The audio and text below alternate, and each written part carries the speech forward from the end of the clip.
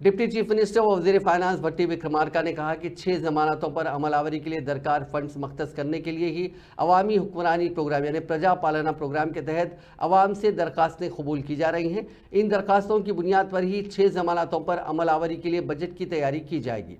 उन्होंने आज अपने हल्के इंतखाब मदिरा की बनी गुंडला पाडू गांव में अवामी हुक्मरानी प्रोग्राम के सेंटर का मुआयना किया और वहां 6 जमानतों के लिए दरखास्त फॉर्म दाखिल करने वालों से बातचीत की।